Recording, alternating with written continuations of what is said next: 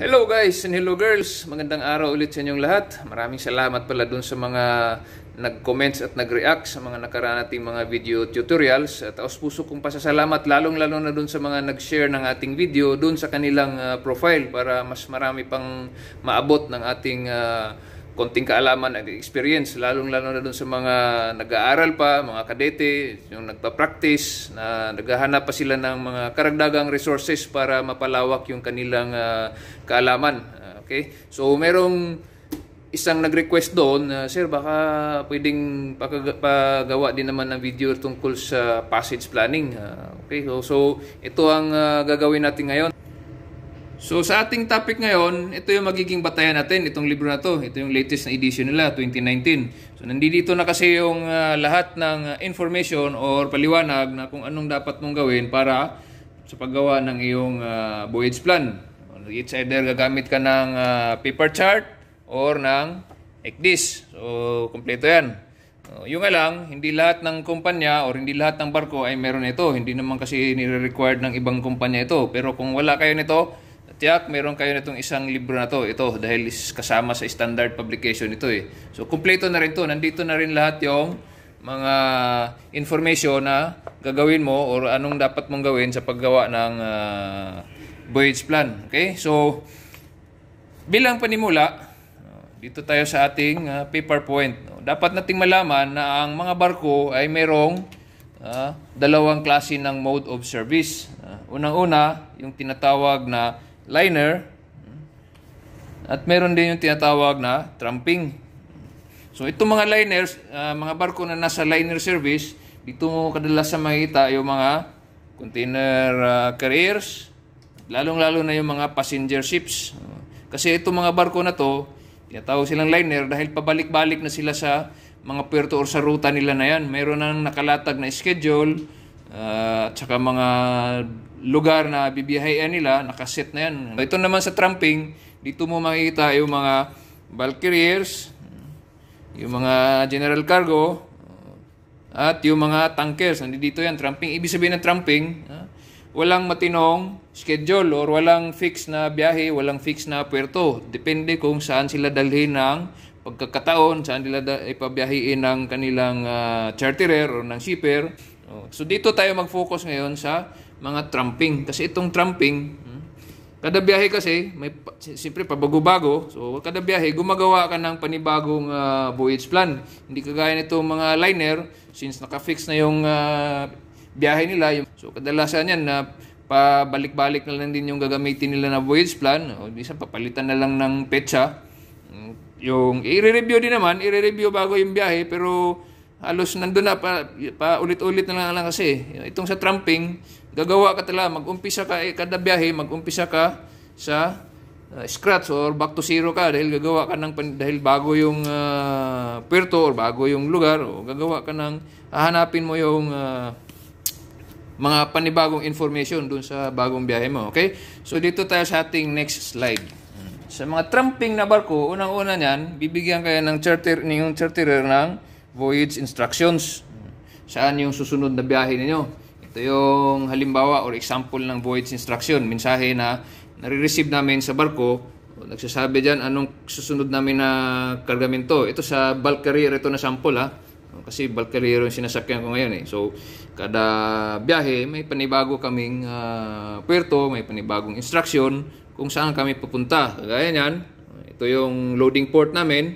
Tapos, meron ding discharging port. O, yan ngayon ang gagawan mo ng voyage plan. Kagaya ng sample na yan. So, mahaba yan. Marami yung sinasabi yung charterer dyan. Pero ang importante na yan, yung unang-una, yung destination mo. Saan ka pupunta? Kasi, hahanapin mo yung sa destination na yan, sa mga puerto na binigay ng charterer na yan, hahanapin mo yung distansya. Bakit kailangan mo yung distansya? Yan yung unang-unang pagka-receive ng mensahe na yan, yan yung unang hihingi ni kapitan na yun. May dalawa ka kasing pagbibigyan ng distansya na yan. Unang-una si kapitan, tsaka si chief engineer.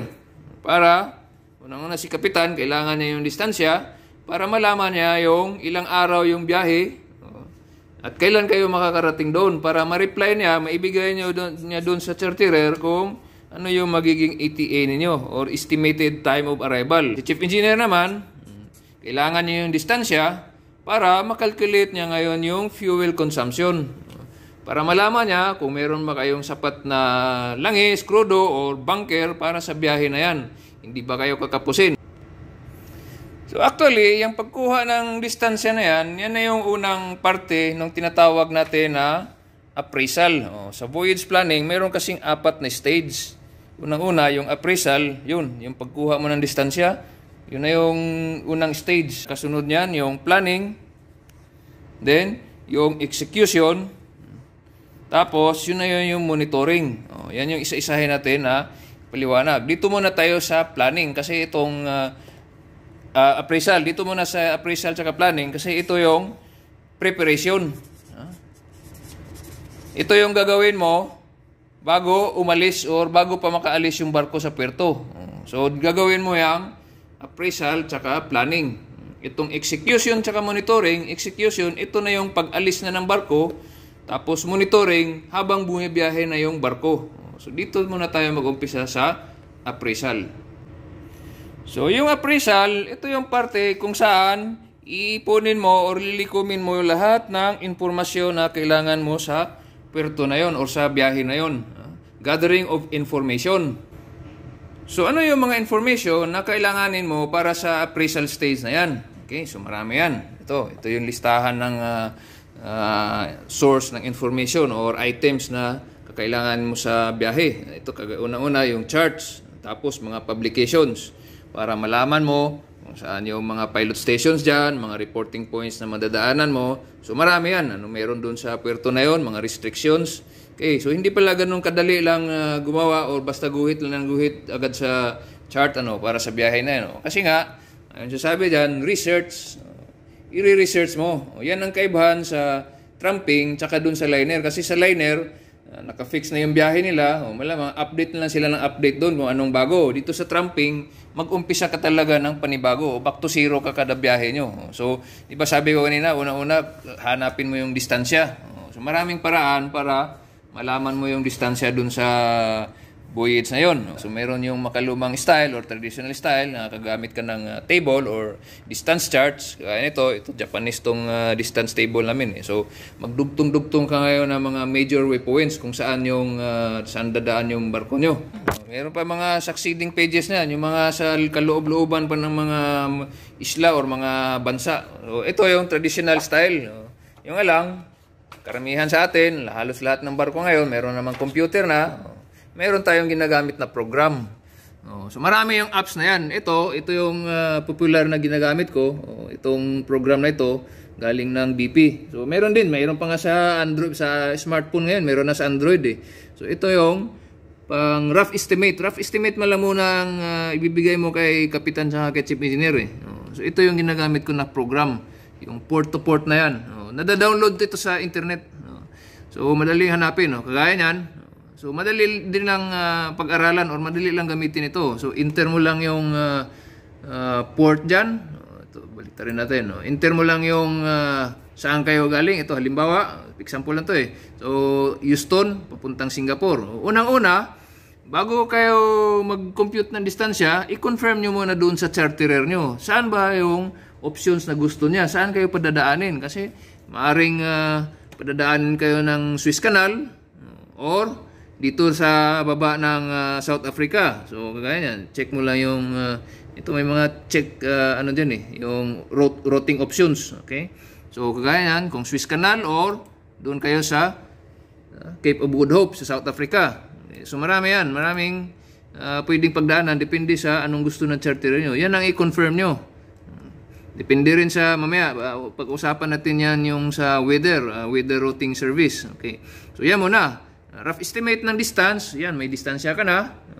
Tapos ilang araw yung biyahe, yan nabigay na agad eh. May speed din yan, may setting yan sa speed saka So rough distance nga lang ang kailangan yan para magkaroon kayo ng estimated travel time at estimated arrival doon sa biyahe sa next port nyo. Ngayon, kung na-confirm nyo na sa charterer nyo yung routing options kung saan padadaanan yung barko, dito na tayo sa ating chart. Alamin mo na ngayon kung ano yung mga chart ang meron ka at ano pa ang kulang sa'yo sa dapat mong o-orderin. So, popular naman na ginagamit sa mga barko ay itong publications at charts ng UKHO, yung Admiralty Charts tsaka Publications, BA. Ito yung NP131, ito yung chart catalog. Andyan nakalista lahat ng charts sa buong mundo na mayroong available na magagamit natin. Pati mga libro na meron sila. So, sa papel, paper charts, nandito. Ngayon, kung fully ECDIS ka na or electronic na yung gamit mo, electronic charts, meron din tayo niyan sa digital version.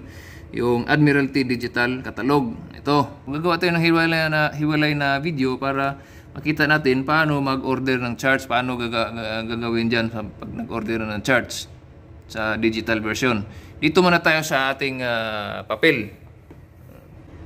So, ayan na nga. Halimbawa, galing kayong Amerika, tapos papunta kayo ng Asia. Guguhit ka ngayon ng, halimbawa dito kayo sa Swiss Canal na daan, guguhit ka ng rough course line kung saan yung madadaanan ng barko nyo, saan kayo padadaanin. Kung dito ba sa Swiss or dito sa South Africa. So kung ano yung mga matamaan na chart dyan sa course line mo, yan ngayon ang ililista mo, yan ang kukunin mo. So nasa loob ka na ng Mediterranean.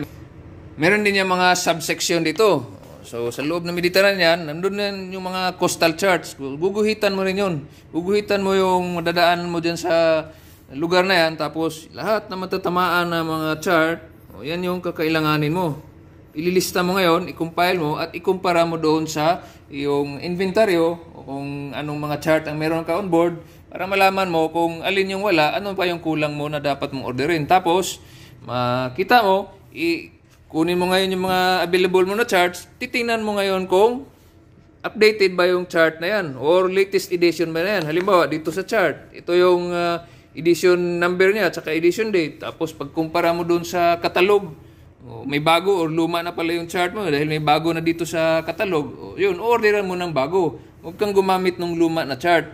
Or kung pareho man yung edition, tapos pagtingin mo ngayon doon sa yung mga notice to mariners, yung listahan, hindi pala updated, matagal. So yun, kukoreksyonan mo muna yung chart na yun. Yan ang isang disadvantage ng trumping ka, tapos paper chart ang gamit mo dahil halos kada biyahe, maggagawa ka ng bagong ruta.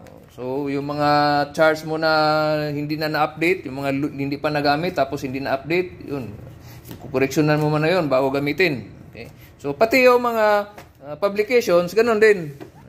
Kung ano yung mga kailangan mo na publications, so yan, kung saan yung matatamaan ng ruta mo. Yan ang kukunin mo, yan i-compile mo ngayon. Okay, so sa paggawa ng ruta, mayroon tayong tatlong considerations yan.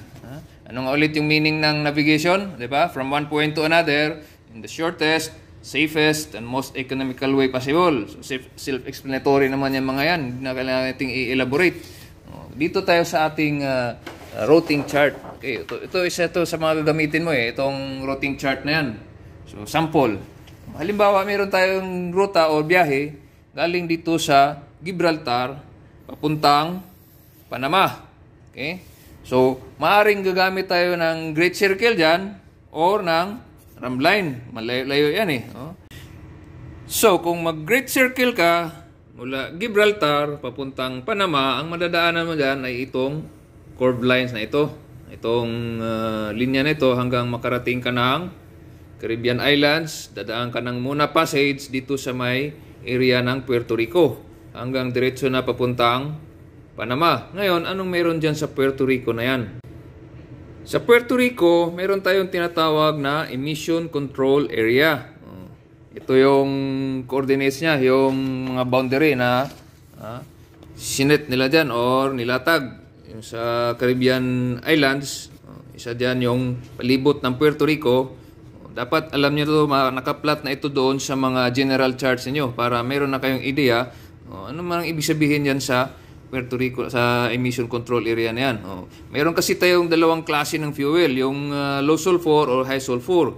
So pag dumaan ka ng mga ECA area or SECA area, ibig sabihin yan, magpapalit ka ng doon sa mas malinis na fuel, which is yung less than 0.1% sulfur content. Dito yan sa MARPOL Annex 6, yung tungkol sa air pollution. So yung distansya na ibibigay mo kay Chief Engineer, hindi yun basta na distansya lang na birth to birth or mula sa puerto hanggang sa kasunod na destination nyo. Meron pa kayong i-specify nyo kung saan yung boundary or ilang distansya na papasok kayo dun sa boundary ng ECA area. Maraming nakaset yan na ECA area sa buong mundo. Itong US, palibot yan, kasama yung Hawaii Islands. Dito sa Europe, meron din dyan, nakaset na yan. Nandito lahat yung boundary or mga coordinates na saan banda saan kayo papasok sa mga ECA area na yan. Sa China, meron na rin sila doon.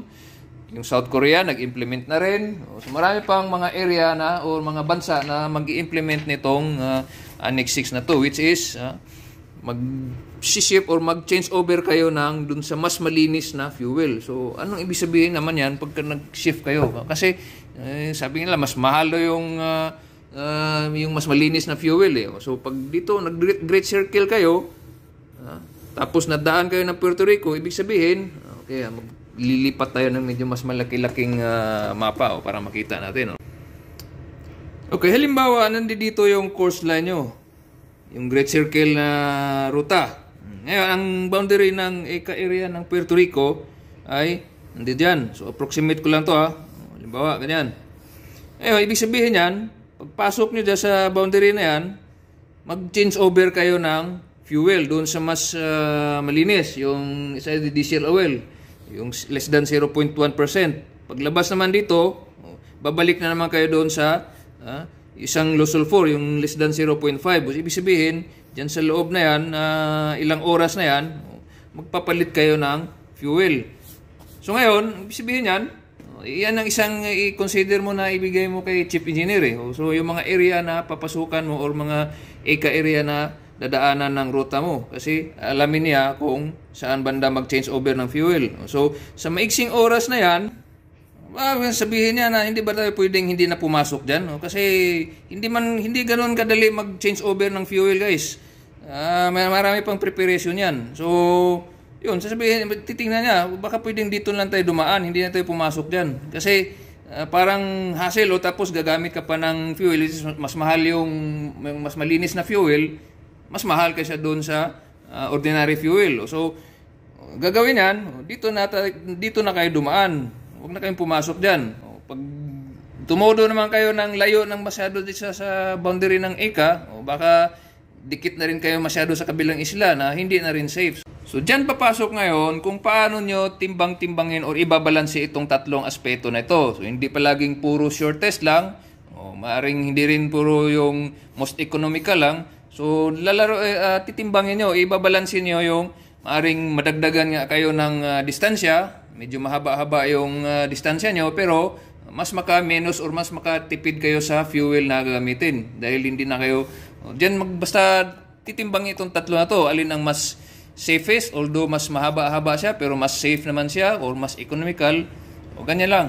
Shortest, safest, and the most economical route. Okay? So, from one point to the next port. Ngayon, di ba nung umpisa, sinabi natin yung tungkol sa distansya kasi hihingi niya ni Kapitan at ni Chief Engineer. Ngayon, sa mga bulk carrier, mayroon pang pangatlong tao na bibigyan mo ng distansya or manghihingi sa iyo ng distansya. Yun ay si Chief. Tanggalin natin to. Next slide. Okay. Yun si Chief Mate. Bakit si Chief Mate kailangan din ng distansya? Kasi sa mga bulk carrier, kagaya niyan, itong voyage instruction namin, so, ima-maximize kasi ng charterer yung kargamento niyan Hanggat maaari, isasagad niya. Kung wala lang mga draft restriction, so sasagarin niya hanggang doon saan ang kayang ikarga ng barko.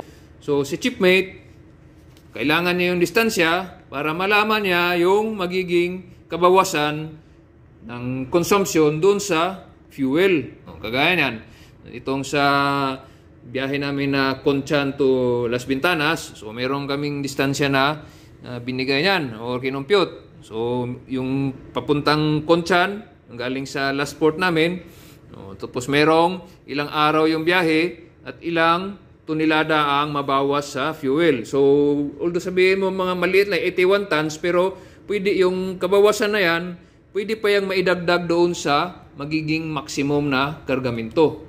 So kung isa yan i-calculate ni Chipmate doon sa kanyang loading computer sa ilang araw na biyahe na ilang tons ng fuel ang mababawas. Then pangalawa, ito pa, isang aalamin natin, ano ba ang order ng charterer?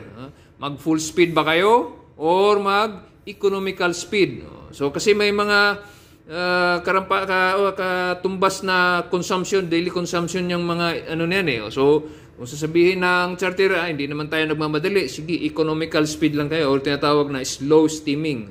So medyo matagal-tagal siya pero mas kukunti or mas tipid kayo sa fuel. Hindi siya ganong makonsumo sa fuel. Kasi sa slow steaming, although mabagal, pero mahina or mababa lang yung konsumo ng makina. So, ganun yan. Isang alamin mo yan ha. Kung ano ba, mag full speed or mag slow steaming or eco speed na tinatawag. Ngayon, isang i-coordinate mo kay Chipmate ay itong tungkol sa load line zones. Dito tayo sa ating load line map. Yung mundo kasi, hinati-hati nila yan into different zones or areas. So, mayroong summer zone, mayroong tropical zone, mayroong winter zone. So, ang barko naman, meron ding, bawat zone na yan, meron ding katumbas na maximum draft. So, pag pumasok kayo sa area na yan or zone na yan, dapat hindi kayo lumampas sa ganyang draft. Ito yung sa sample sa barko namin ha. Ngayon, isa yung alamin ni Chipmate. Kasi halimbawa, pag alis nyo dito, nakasagad na kayo, maximum na yung draft niyo. Tapos, pag tawid nyo sa kabilang zone, yung pala, considered na kayo na overload. Kasi ibang maximum draft na naman doon. So, yan ang isang i-coordinate mo kay Chipmate. Dati, may mga nadali na yan dito sa South Africa. Kasi dito sa summer zone, pagdaan nila, tapos pagtawid nila, pumasok sila sa winter zone, which is ibang draft na naman doon. Mas pagdating doon, yung summer draft nila, considered na overload dito sa winter zone. Pag-ikot nila na ganun. Kaya, inurong nila yung boundary na yan mga ilang taon na nakalipas. Kasi nagsiksikan yung mga barko doon sa dikit sa lupa. Although meron namang TSS dyan, pero yung iba kasi umiiwas sa salubong na current ng agulhas. Pag dito ka galing sa Atlantic, papunta ka ng Indian Ocean, malakas yung current na sasalubungin mo dyan, yung agulhas current. Yung alang, merong tendency na baka mapasok naman kayo dito sa winter zone, which is magiging overload na yung draft nyo. So, inurong nila yan para maluwag-luwag doon sa loob yung o dito sa summer zone yung mga barko na hindi malampas dito sa blue na winter zone. Okay, so umpisa pa lang yan ng stage 1 which is appraisal. Hindi pa tayo nangangalahati. Hindi pala ganun kadali yung magbasta drawing ka na lang or guhit ka na lang agad ng course line or ng ruta mo. So ano nga ulit yung tick up natin? Emission control area. Then, load line zones. Tapos meron pa yung high risk area. So dito tayo sa ating security chart, yung maritime security chart sa Indian Ocean. Okay? So halimbawa galing kayo ng South Africa, tapos pupunta kayo ng Persian Gulf. Siyempre ang magiging guhit ng course line mo dyan, ang pinaka shortest dyan, dito talaga dikit sa lupa. Yung alang, pasok kayo sa high risk area which is malaking babayaran ng insurance, aangal yung opisina nyo, tapos may risk pa yung, malaki pa yung risk nyo na maakyat kayo ng, or mapirata, or malapitan kayo ng mga pirata dahil dikit kayo sa area na yan, which is high risk nga. So, ang gagawin yan, dito kayo, lumabas kayo sa, although malayo yung iikutin nyo, pero mas mababa yung risk. Okay? Tapos isa pa, pag dumaan kayo or pumasok kayo sa area na yan, isang tanong dyan, kukuha ba kayo ng armed guards? Mag-pick up ba kayo ng mga gwardya? So, may dalawang pick-upan dyan. Dito sa Comoros Island, dito rin sa may Red Sea, bago pumasok sa boundary na yan. Tapos dito rin sa Sri Lanka. So, kung galing kayo ng Red Sea or dun sa may Mediterranean, papunta kayo ng Asia, So siyempre, isa yan sa iguguhit mo, isa yan sa alamin mo kasi iguguhit mo yung course line mo na dadaan sa pick-upan ng security or armed guards dyan. Tapos pag papunta naman ng Asia, dadaan kayo ng Sri Lanka para ibaba nyo yung armed guards. So isa yan sa magiging consideration mo pagguhit mo ng course line mo mamaya. Tapos isa pang i-consider nyo dyan, yung weather. Okay?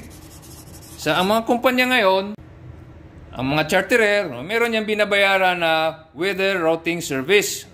Advance kasi yung weather optimization nila para sa ating biyahe. So, magbibigay sila ng recommendations kung saan tayo padadaanin.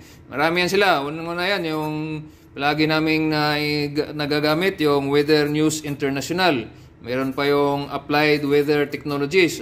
So, sa sample namin ngayon, ito, StormGeo, yung nagpo-provide ng weather forecast at voyage optimization sa amin.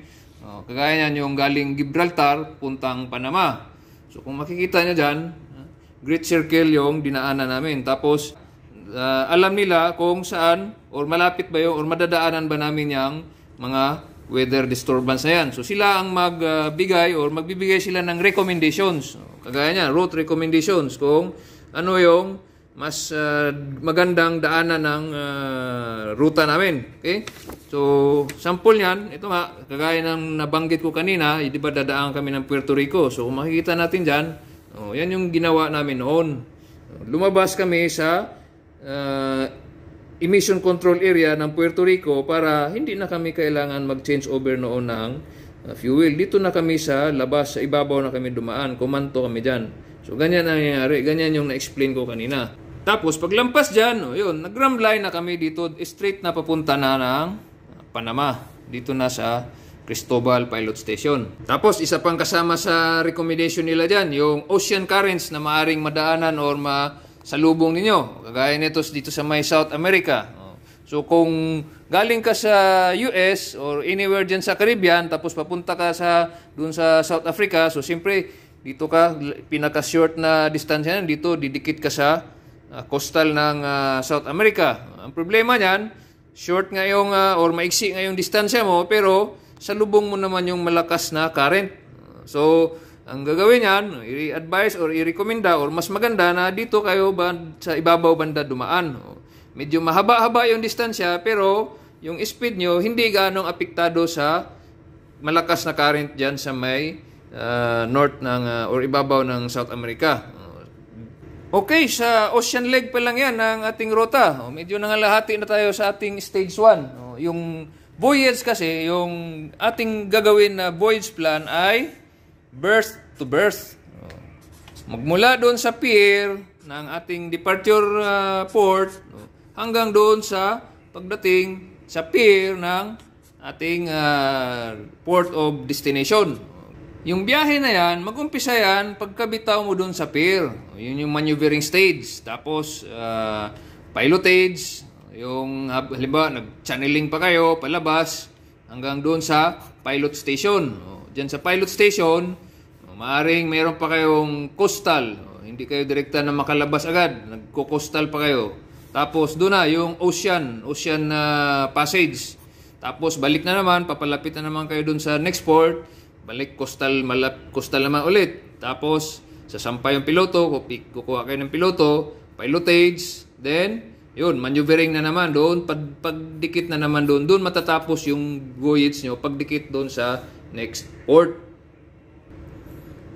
Ngayon, di ba, pinakita ko kanina yung madali ang pagkuha ng distansya, di ba, gagamit nitong program na ito. So, yung distansya na yan, berth to berth yan. Yung mula sa pier hanggang doon sa next port na pier. Okay, so, isang alamin mo sa biyahe na yan ay yung distansya na pilot to pilot.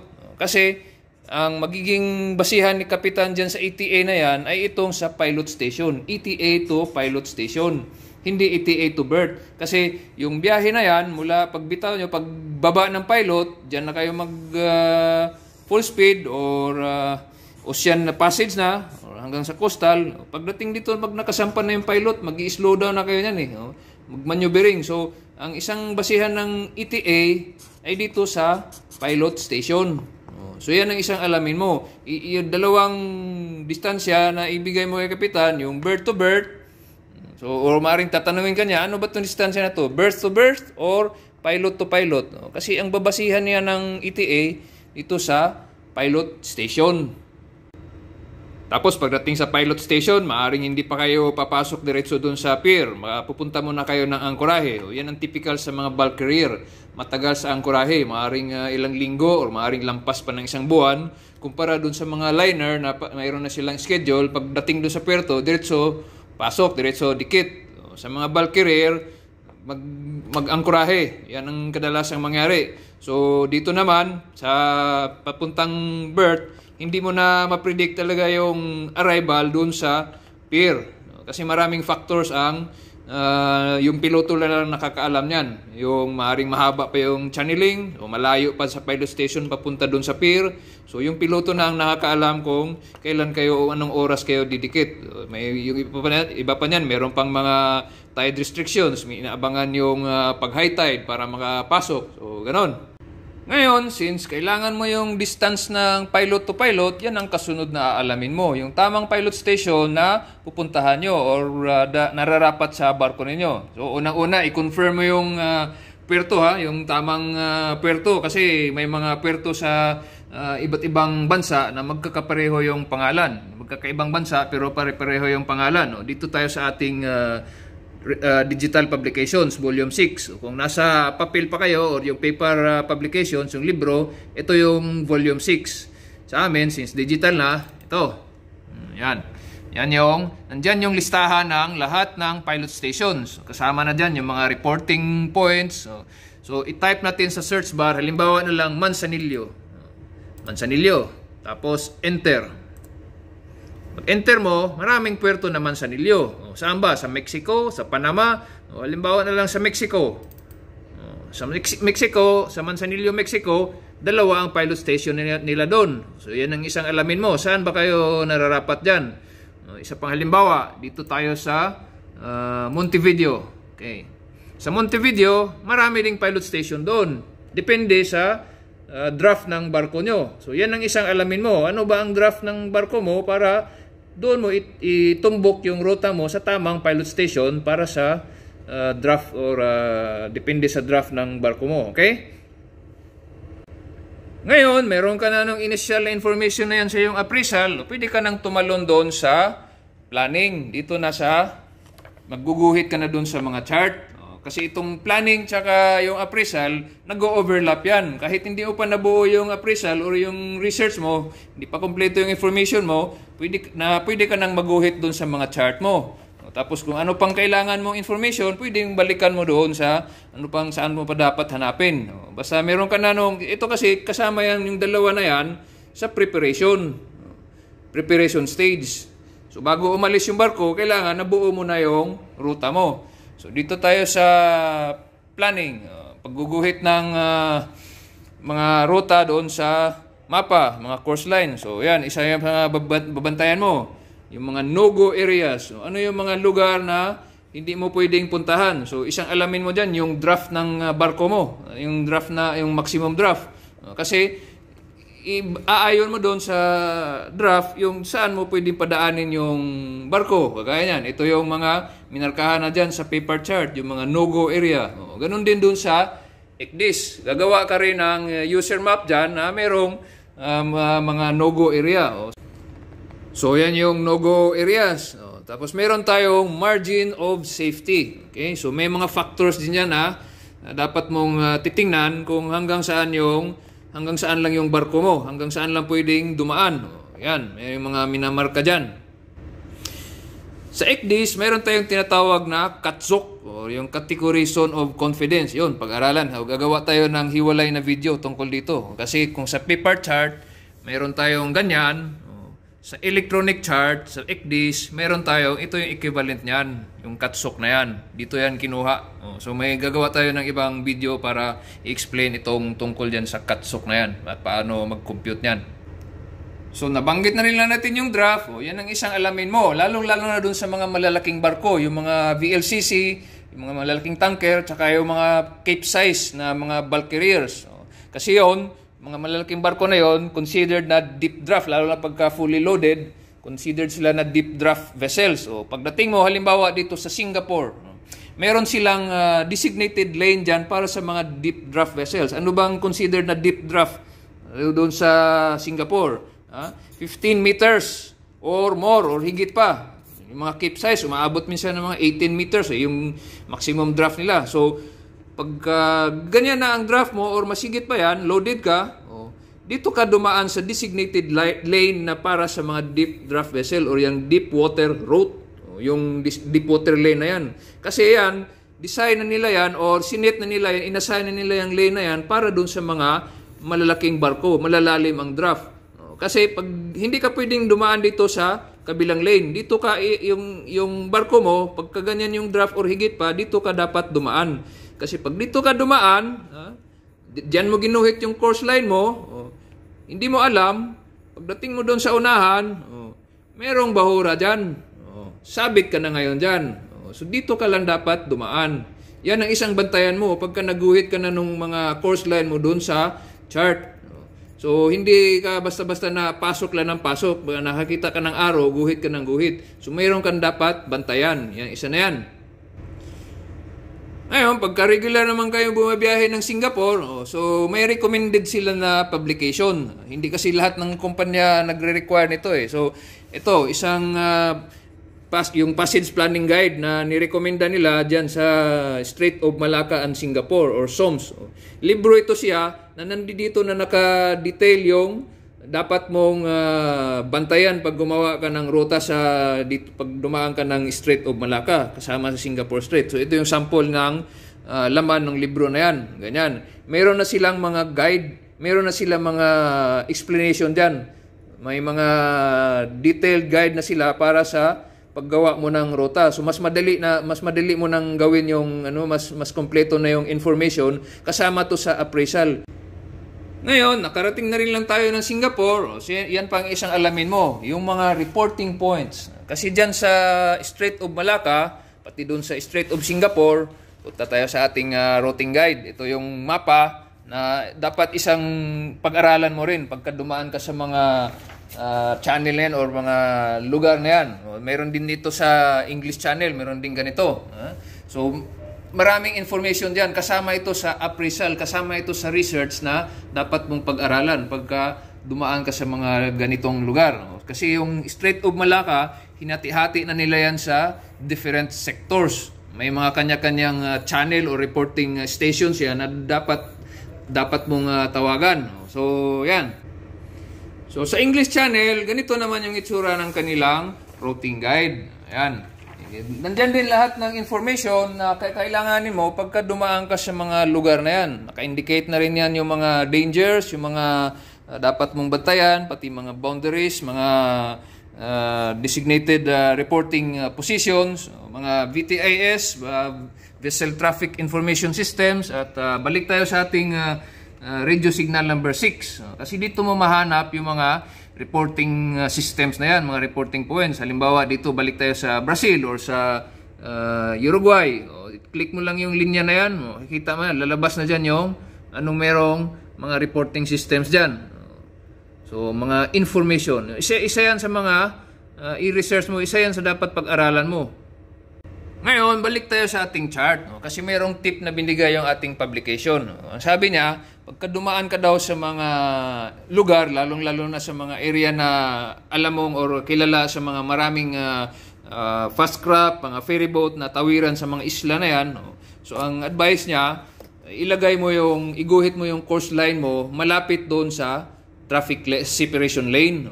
Para, ang reason yan, in case na mayroong tatawid, sa anong bang ginagawa pagka mayroong crossing vessel, kakambyuhan natin papuntang starboard. So, meron kang enough room or may maluwag yung estribor mo pagka kinakailangan mong kumambyo. So, ganyan. Ganun din kasi karamihan sa atin, pagka gumuhit tayo ng course line doon dito sa actual chart na, nilalagay gitnang-gitna talaga sa lane. Pag gitna talaga tayo kung sakaling may tumawid dyan, pagka kinakailangan mong kumambyo, baka masikip na or maipit ka na dito sa kanan sa estribor. So, ang advice niya, tip lang na ilapit mo konti doon sa traffic separation lane para kung kinakailangan mong kumambyo, maluwag ka dito sa iyong kanan. Okay? Okay, mga additional information na kakailanganin mo sa iyong appraisal habang ikaw ay gumuguhit o gumagawa ng iyong rota. Okay?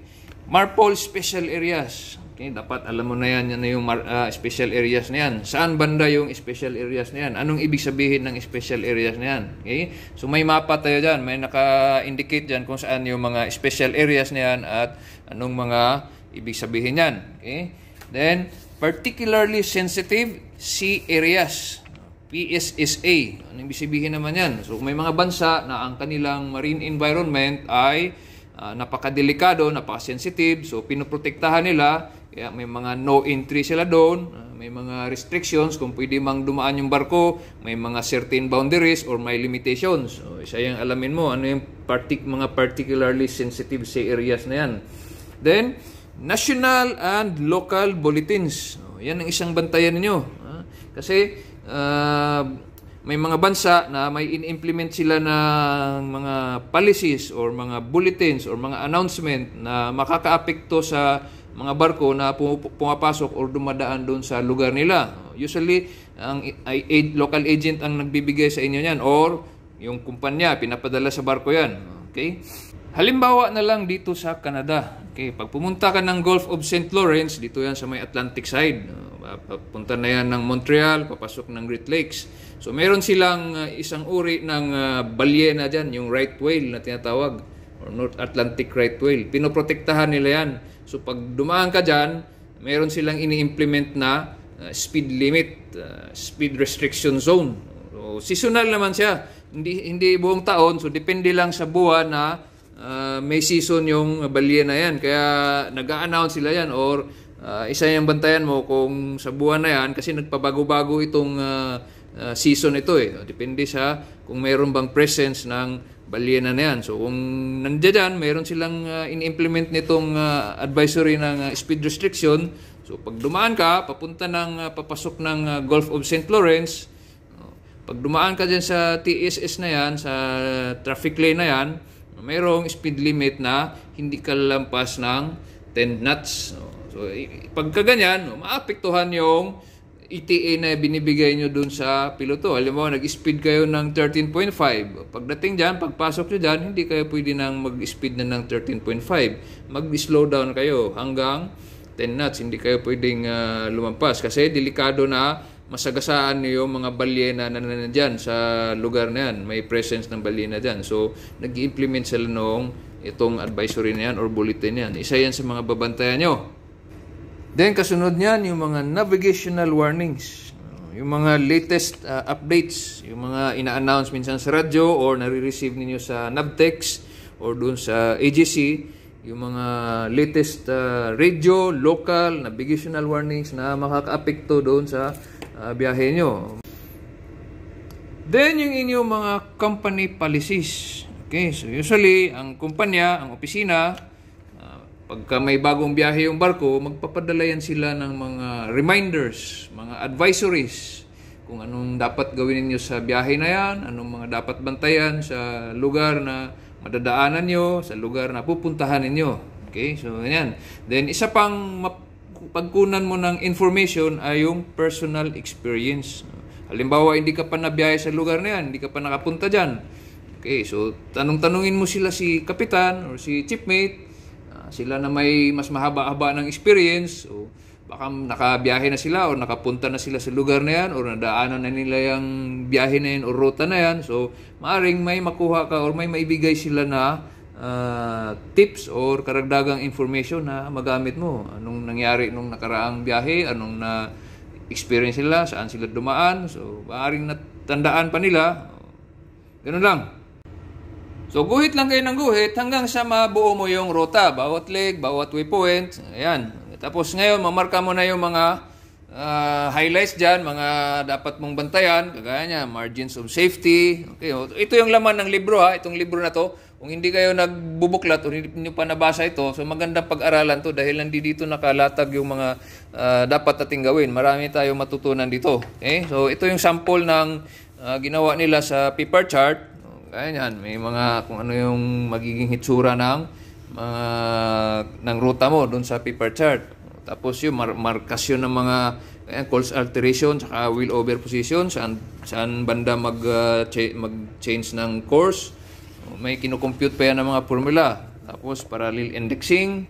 Okay, yan.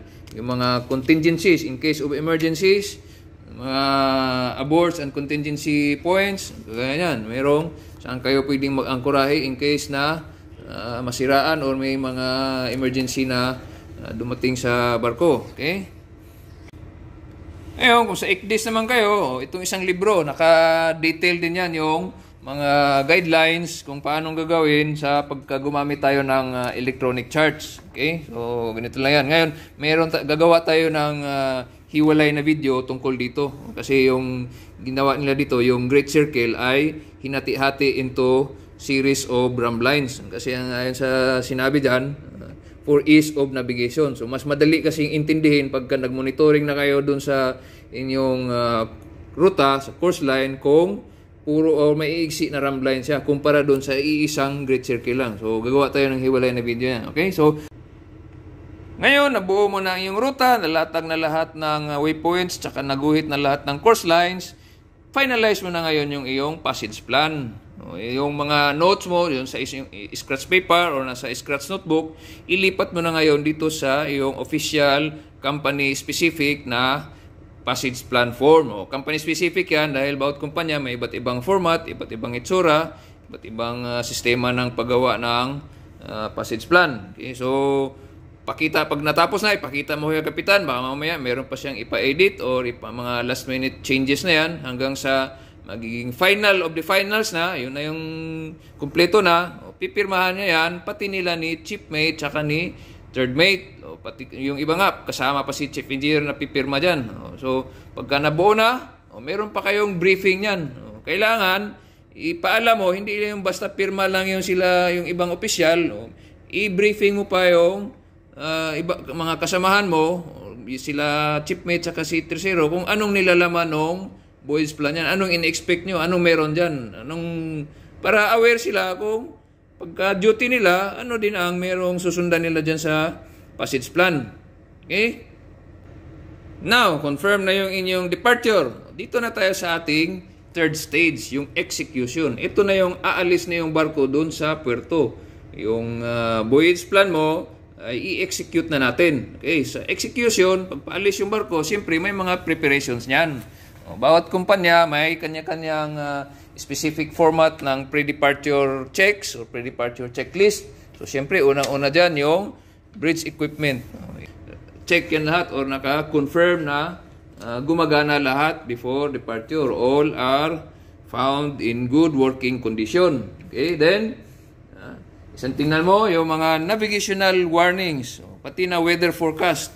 Gaya nito, may sample kami ng yung bigay ng aming weather routing service. Ito yung binigay nila na expected namin na magiging weather, saan kami dadaan noong pag-alis namin sa time na yan or sa petsa na yan. Then, mamaya meron pa mga plan modification. Again, kahit na final na yung plano mo, so depende sa circumstances or situation, meron pang ipabago. Nagkaroon ng bad weather na masalubong nyo, so ipa-ulit or ipa-deviate yung, ipa-divert yung ruta nyo. So babaguhin mo na naman yung voyage plan mo. So ganun yan. Then, pagka na, yung mga reporting systems.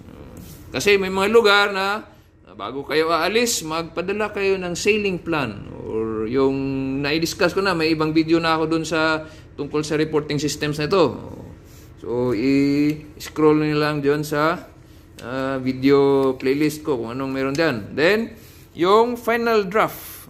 Kasama na yan yung tidal calculation. Tidal calculation, pati yung tidal streams. Kasi final draft, lalong-lalo na sa mga bulk carrier, na although mayroong calculated draft pag departure, pero nung actual na nung nag-draft survey na, iba or nang anong iba yung nakita doon dahil mamaya merong nabawa sa kargada or nadagdag. So final draft in relation doon sa charted depth na dadaanan nyo doon sa ginawa mong plano. Kasi baka mamaya kailangan yung tumiming ng high water or high tide pag alis. So yan ang isang i-take into account yan. Medyo madili kayo konti dahil inaantay pa yung tide dahil sa draft limits or draft restrictions or maximum draft na meron ang barko. Isa pa yung watchkeeping arrangements. So isa yan sa mga factors na i-take into account lalong-lalo na pagkapaalis yung barko sa puerto. Kasi meron tayong tinatawag na fatigue. So habang nasa puerto, yung mga tao, yung crew, sobra-sobra sa trabaho. Kasi may mga trabaho, may mga tasks na hindi pwedeng tanggihan, kailangang i-comply. So ang mangyari ngayon, hindi na mabuo yung required ng MLC na 6 hours na pahinga. So ang resulta, yung situational awareness, yung focus, yung attention ng crew, lalong-lalo na sa mga watchkeeper ay bumabagsak ngayon, which is delikado sa navigation sa barko. Lalong-lalo na pagka nasa lugar kayo or puerto na paglabas ay nandoon yung traffic or busy traffic, matindi yung mga maraming barko na iiwasan, busy lane, lalong-lalo na meron pang anti-piracy measures, tapos mag-double watch. So, hindi na mag-comply ngayon, which is delikado sa barko, mataas yung risks para sa safety ng barko. So, nangyari yan doon sa dati kong kumpanya, ang barko ay nasa Singapore. So, habang nasa puerto, buong maghapon ay yung crew busy. Halos 24 hours na wala ng pahinga kasi nagbunkering, may mga stores na dumating, may mga surveyor, may inspector, so daming ginawa, daming tasks. Ngayon, pag umalis yung barko, mag-double watch pa sila kasi mayroong anti-piracy sa Malacca Strait. Ngayon, ang request ni Kapitan na pag alis, mag-angkurahe muna, magpahinga muna yung mga tao, manghingi sila ng 6 hours muna na off-hire doon sa biyahe ng barko. Ngayon, pinaglaban naman sila ng opisina doon sa kanilang charterer. No? Kasi ang rason ng opisina, so alin ang gusto mo charterer? Hindi ka ma-delay or magkaroon ng insidente or aksidente dyan sa Singapore Strait or Malacca Strait dahil yung mga tao mo ay buong maghapon walang pahinga at nung nag-duty na, doon na nakatulog. So yun ang nangyari. Pinayagan sila, binigyan sila ngayon ng 6 hours na magpahinga muna sa angkurahe dyan sa Singapore. Nung nakabawi na yung mga tao, doon na, tsaka na umalis yung barko, patuloy na sa kanyang biyahe. So isa yan sa factors na titingnan. Kasi sa halip na didiretso i-execute na yung biyahe ay magtitigil muna sandali yung barko. Sana all na kumpanya, ganun, ano? Yung ipaglaban talaga nila yung safety, hindi lang yung commercial pressure. Okay? So, again, dito sa ECDIS, pag kaniload mo na yung ruta mo, yun, yung isang titingnan mo, yung tama ba yung settings and parameters na nakalagay doon. Kasi mamaya, pag nung habang nasa baba ka, may kumalikot doon, although natapos mo na yung ruta mo, pero may kumalikot o pinakialaman yung ECDIS, tapos na bago-bago yung mga settings doon. Yan ang isang final na titingnan mo. Pag load mo ng ruta, hindi yung basta load lang ng road. Double check at double check pa rin talaga. Now, pagka umalis na, tumatakbo na ngayon yung barko, dito na tayo sa ating monitoring.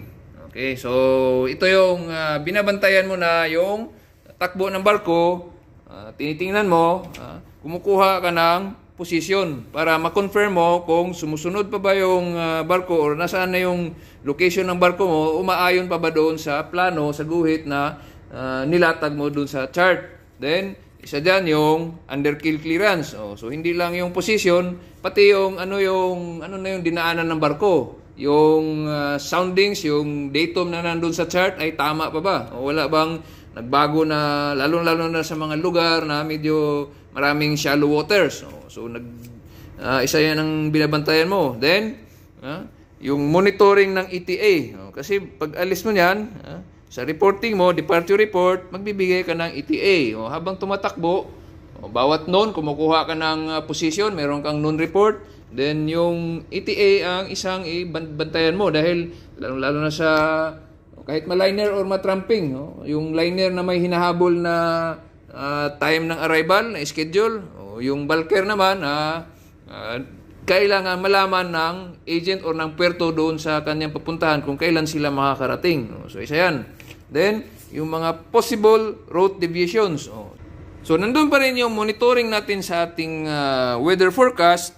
Kasi baka mamaya may pabago-bago yung weather. So, makasalubong yung may mga masamang panahon, may bagyo, kailangan yung umiwas. Kailangan yung baguhin yung iyong voyage plan or yung ruta, yung mga waypoints mo. Kailangan baguhin mo yung guhit. Then, yung mga reporting systems na madadaanan mo, ganun pa rin. Pagka lumipat na kayo ng ibang bansa o ng area, napasok nyo yung ibang reporting system naman or ibang reporting points.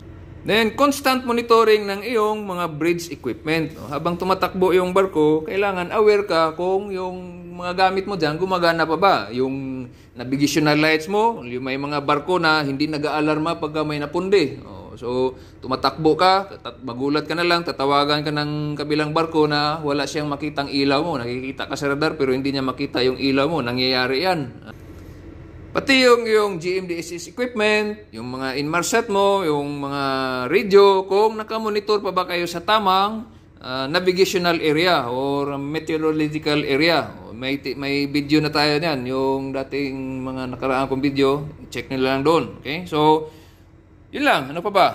Maaaring may nakalimutan pa ako dyan o hindi ko nabanggit mula sa appraisal, stage 1 hanggang sa execution tsaka sa monitoring.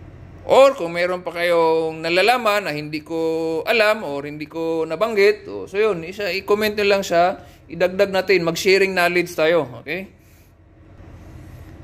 And again, itong libro na to ay punong-puno ito ng information na marami tayong matutunan. So, huwag tayong tamarin na magbuklat-buklat ng libro, mag-aral. At kung mayroong mga hindi natin maintindihan, itanong natin sa mga official natin, sa mga kasamahan, baka may alam sila. Ganun lang. So, ano pa ba? Yan lang. Yan lang yung 4 stage ng voyage planning o ng passage planning. Okay, so I hope meron kayong matutunan at kung meron din kayong ma-share. So maraming salamat sa inyong panonood.